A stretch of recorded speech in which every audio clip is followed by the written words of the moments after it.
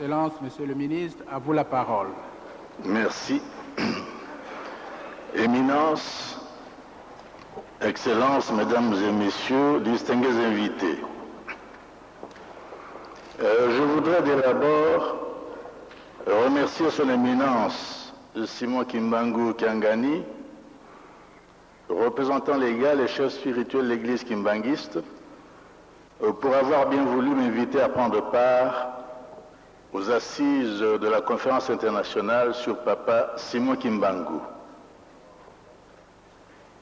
Comme ministre de la Recherche scientifique, je me réjouis de la tenue de cette conférence, et tout particulièrement du fait qu'elle se tient aujourd'hui, en 2006, année de l'accomplissement des promesses de libération totale des servitudes qui nous assaillent, puisque nous n'ignorons plus rien de ce qui peut faire la détresse des hommes, comme le rappelle l'argumentaire de la présente conférence.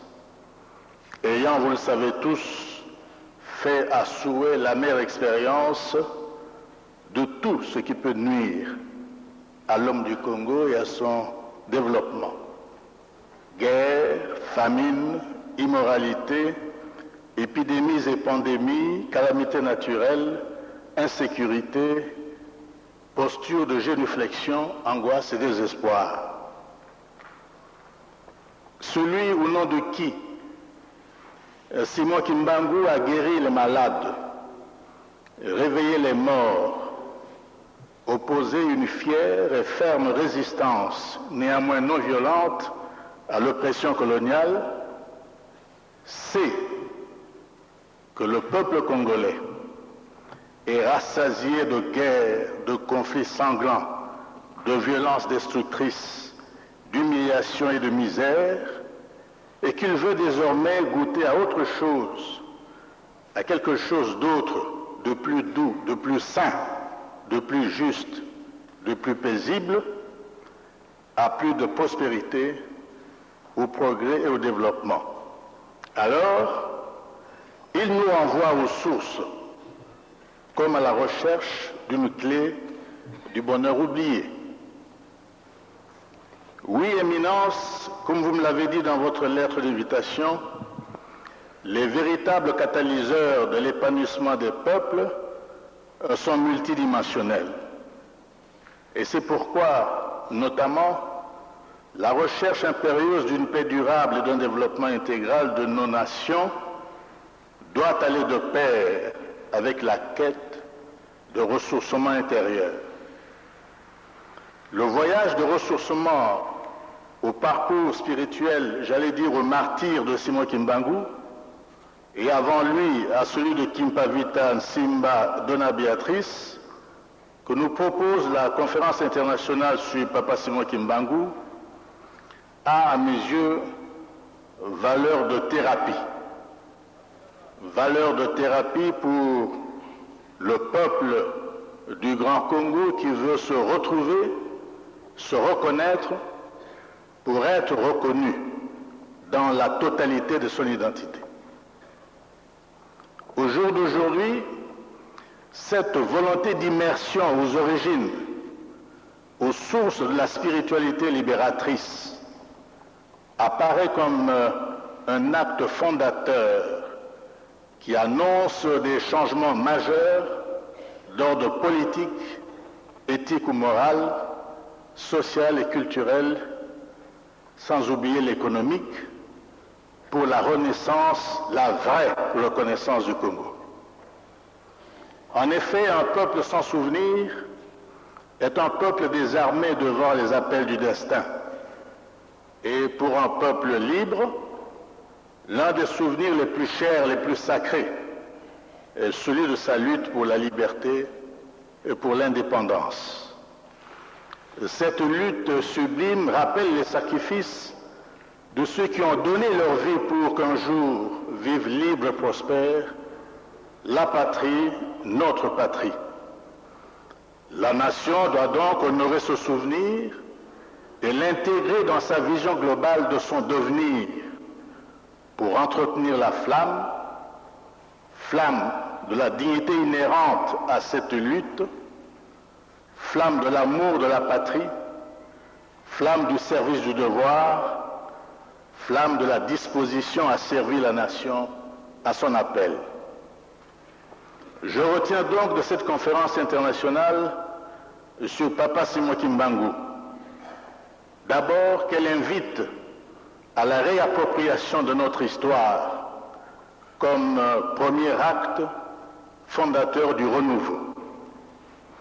Ensuite, qu'elle proclame que le colonisateur ne nous a pas appris Dieu, que nous le connaissions et que son message fait et faisait déjà partie de notre culture propre.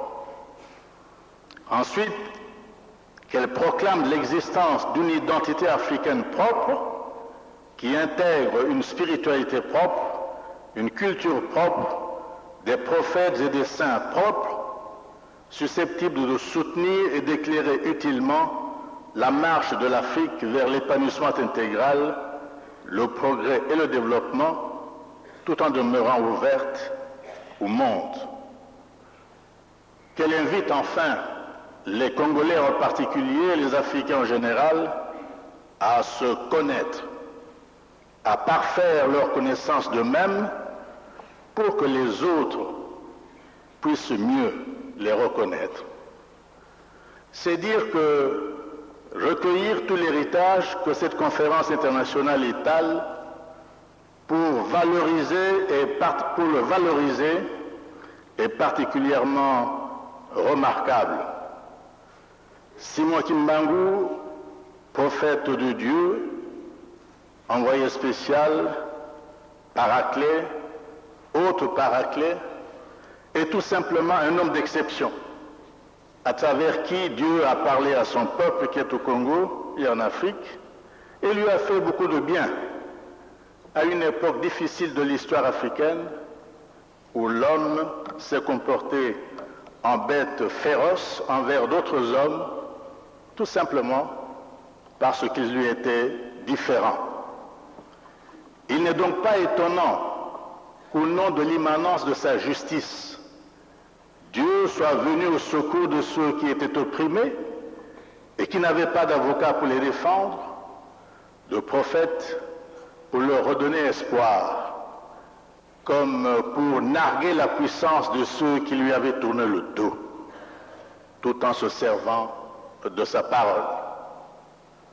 Mesdames, Messieurs, ce que Simoki Mbangu a fait à cette époque-là était tout simplement révolutionnaire.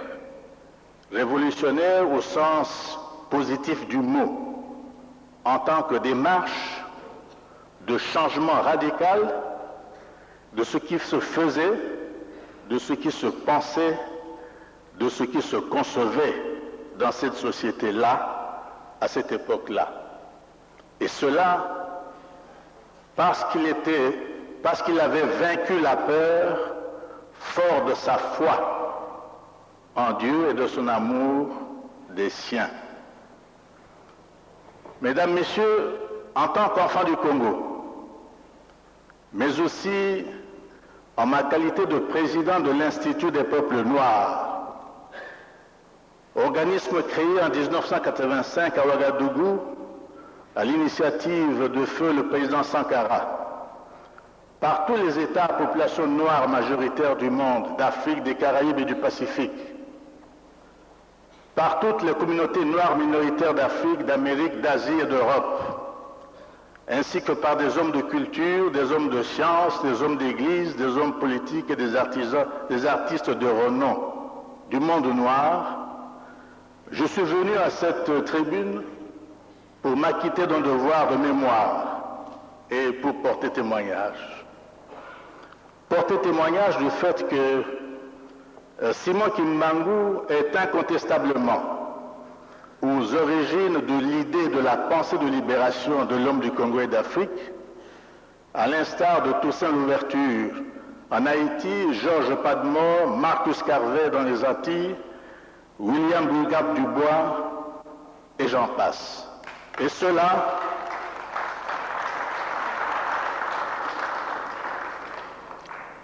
bien avant l'organisation des premières conférences des peuples noirs. Mais tous ceux que je viens de citer n'ont pas eu sa dimension spirituelle supérieure. Et pour cela seul, il a une place de choix. Il a une place de choix au panthéon de nos immortels, mais je vous le demande, où est-il ce panthéon national de nos immortels? Je voudrais donc croire que nous allons ici, Congolais d'Angola, de la République du Congo, de la République démocratique du Congo, poser ensemble la première pierre de la construction de ce panthéon où reposeront nos immortels, c'est-à-dire des hommes dont les actions d'éclat, l'exemple de vie, le courage et la vision, autant que l'inspiration, nous imprègnent de génération en génération, afin que chacune de celles-ci sache relever ses défis dans le cadre du processus perpétuel d'édification de notre nation, de nos nations. Un jour, le noir sera blanc et le blanc sera noir. Vous l'avez dit à souhait, est certes une promesse de libération, mais c'est aussi et surtout une prophétie de l'anéantissement prochain de la falsification de l'histoire, qui est et qui sera sans aucun doute à la base de la vraie renaissance de l'Afrique. Éminence, Excellences, Mesdames, Messieurs, cela dit, j'ai consulté les noms propres et les mots historiques du Petit Larousse illustré, du Robert et d'autres dictionnaires. Je n'ai pas trouvé le nom de Simon Kimbangu, ni ses citations. N'est-ce pas une invitation pressante, un encouragement à poursuivre l'effort qu'initie cette première conférence internationale sur Papa Simon Kimbangu, pour un jour écrire toutes les pages de notre propre histoire et nos propres dictionnaires de mots historiques et de citations qui pourront enfin bander l'énergie des plus braves de nos jeunes demain. J'ai dit et je vous remercie.